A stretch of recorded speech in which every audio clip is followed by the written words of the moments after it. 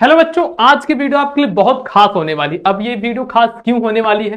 क्योंकि मेरे पास इतने सारे कमेंट आ रहे थे कि भैया केमिस्ट्री में, मतलब जो साइंस है, साइंस के अंदर जो केमिस्ट्री है उसके इंपॉर्टेंट क्वेश्चन बता दो। सिर्फ केमिस्ट्री के ही नहीं, फिजिक्स के भी बता दो और बायोलॉजी के ही बता दो। जो आपके साइंस में 1 से लेकर जो 12 तक पूरा चैप्टर है, उसमें से क्या है जो पहला चैप्टर है और जो चौथा चैप्टर है, ये दोनों चैप्टर कौन से हैं? यही दोनों चैप्टर पहले से लेकर चौथे तक, मतलब पहला, दूसरा, तीसरा, चौथा, ये सभी केमिस्ट्री के अंतर्गत आते हैं, यानी कि रसायन विज्ञान। तो अब इसके जितने भी इंपॉर्टेंट टॉपिक्स हैं वो मैं आज की इस वीडियो में बताऊंगा कि अगर आप इन टॉपिक को पढ़ लेते हो तो इनसे बाहर कुछ आपके बोर्ड एग्जाम में नहीं आने वाला है। वीडियो ज्यादा लंबी नहीं होगी, जितना शॉर्ट से शॉर्ट हो सकेगा मैं उतना बनाने की कोशिश कर रहा हूं कि आप सभी एक चीज ध्यान रखना, जब आप यह वीडियो देख रहे हो तो आपको नोट एक लेके बैठ जानी है। अब ये नोट से लेके बैठनी, ध्यान रखना, यहाँ पे एक नोट से लेकर आपको बैठना है। और उस पर क्या करोगे, ध्यान रखो, उस पर आपके जो नोट्स लेके बैठोगे ना, इसमें जितने भी मैं इंपॉर्टेंट टॉपिक आपको बता रहा हूं, इन टॉपिकों को ध्यानपूर्वक लिख लेना है। इन टॉपिक को क्या करोगे, लिख लोगे। जब इन टॉपिक को आप लिख लोगे ना, तब जब आप पेपर देने जाओगे तो आपके लिए बहुत बेस्ट रहेगा। उसको चलो मैं आप बताता हूं कौन कौन से टॉपिक हैं। तो देखो यहाँ पे उससे पहले मैं आपको इंट्रोड्यूस करना चाहूंगा अपने इस ब्रह्मास्त्र बैच से। अब आखिर ये ब्रह्मास्त्र बैच क्या है? ये क्लास 10th वालों के लिए समझ लो एक वरदान है। अब ऐसा मैं क्यों कह रहा हूं, तो ध्यान दो, ये यूपी बोर्ड के लिए स्पेशल बनाया गया है ये अपना ब्रह्मास्त्र बैच। इसमें क्या चीजें मिलेंगी? इसमें आपके 2025 बोर्ड एग्जाम में आने वाले जितने भी क्वेश्चंस हैं, मान लो जैसे 2024 में जो पेपर आया था, 2023 में आया था, 22 में आया था, 20 में आया था, 19 में आया था, इन सभी को मिला करके उसके जितने भी इंपॉर्टेंट क्वेश्चन बने, जितने भी उनके क्वेश्चन के आंसर हैं, वो सारे एक लाइन से लिखे गए हैं। जैसे कि मान लो आपका हिंदी का पेपर, तो हिंदी के जितने क्वेश्चन है वो लिखे गए। फिर इंग्लिश का पेपर है तो इंग्लिश का लिखा गया, मैथ का लिखा गया, साइंस का, ऐसे ऐसे करके सारे सब्जेक्ट के लिखे गए हैं। अब ये चीजें आपकी जो कॉस्ट पड़ रही थी इनकी 1,000 रुपए, वो मैं एकदम से कम कर दिया हूं। समझ लो ये सब एकदम हटा ही दिया गया है। मात्र मात्र 199 में सारे सब्जेक्ट। अब इतना यार तो आप लोग स्कूल में ही दे देते हो, कोचिंग में ही दे देते हो, बल्कि इससे कहीं ज्यादा देते हो, और वो भी हर महीने देते हो। यहाँ पे 199 में सारे सब्जेक्ट के जब तक बोर्ड एग्जाम नहीं हो जाता तब तक के लिए आपके मिलने वाला है। तो इससे बेस्ट ऑफर मुझे नहीं लगता और कुछ हो पाएगा, जिसमें आपको क्या Hindi, English, math, science, social science, art, ये सब मिलेगा। लाइव क्लासेस मिलेंगी, रिकॉर्डेड क्लासेस मिलेंगी, इंपॉर्टेंट क्वेश्चंस मिलेंगे, 2025 के मॉडल पेपर मिलेंगे, हैंड रिटन पीडीएफ मिलेगा। अब अगर इतना कुछ मिल रहा है तो आपको देर नहीं करनी चाहिए। आपको जाना है प्ले स्टोर पर, प्ले स्टोर पर जाकर सर्च करो मोबाइल पर स्कूल, ये जो लिखा गया ये मोबाइल पर स्कूल सर्च करना। जैसे आप इतना सर्च करोगे प्ले स्टोर पर आपको मिल जाएगा ये ऐप। डाउनलोड करके ये अपना ब्रह्मास्त्र बैच दिखेगा। इस बैच में जरूर से आप सभी ज्वाइन हो जाना, एडमिशन ले लेना। और 199 रुपए लिमिटेड टाइम के लिए है। और ज्यादा को ना समझ में आए तो इस नंबर पे मैसेज करोगे तो आपके सामने एक वीडियो भेज दी जाएगी जिसमें मैं बताया हूं कि किस तरीके से आपको ये बैच लेना है।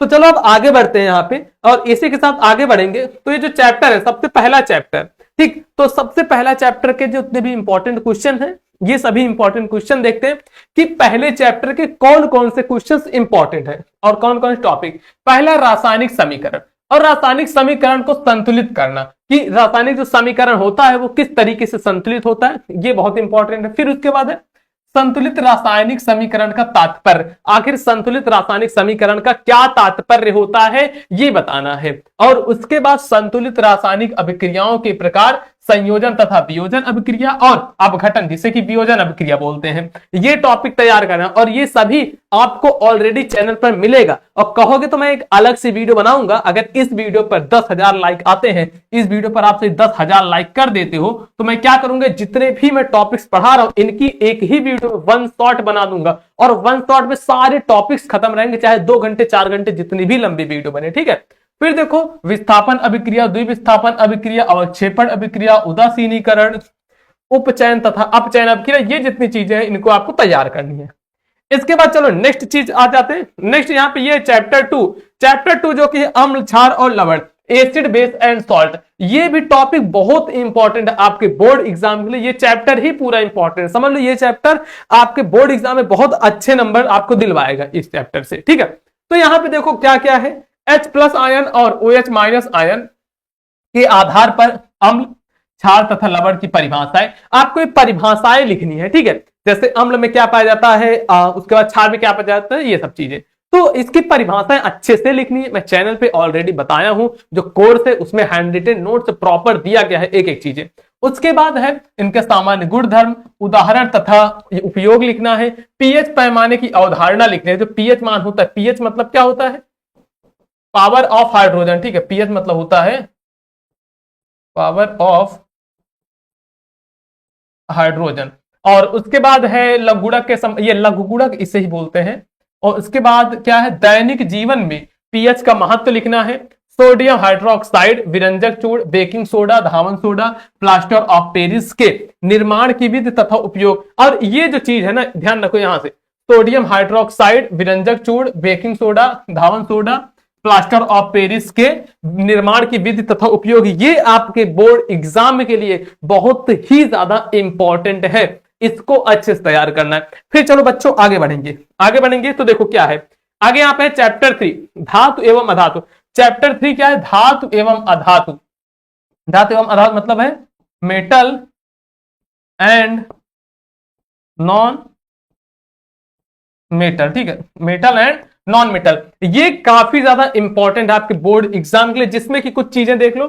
धातु तथा अधातु के गुणधर्म, सक्रियता श्रेणी, आयनिक यौगिकों का निर्माण तथा गुणधर्म, धातु कर्म की आधारभूत विधियां, संक्षारण तथा उसका निवारण, ये चीजें बहुत ही ज्यादा इंपॉर्टेंट। संक्षारण इसमें आघात वर्धनीयता भी आ जाएगा, इसको भी तैयार कर लेना। और इसके बाद चौथा चैप्टर और सबसे लास्ट चैप्टर पर बढ़ते हैं, जो कि आपको अपने बोर्ड एग्जाम के लिए 100% तैयार करना ही करना है।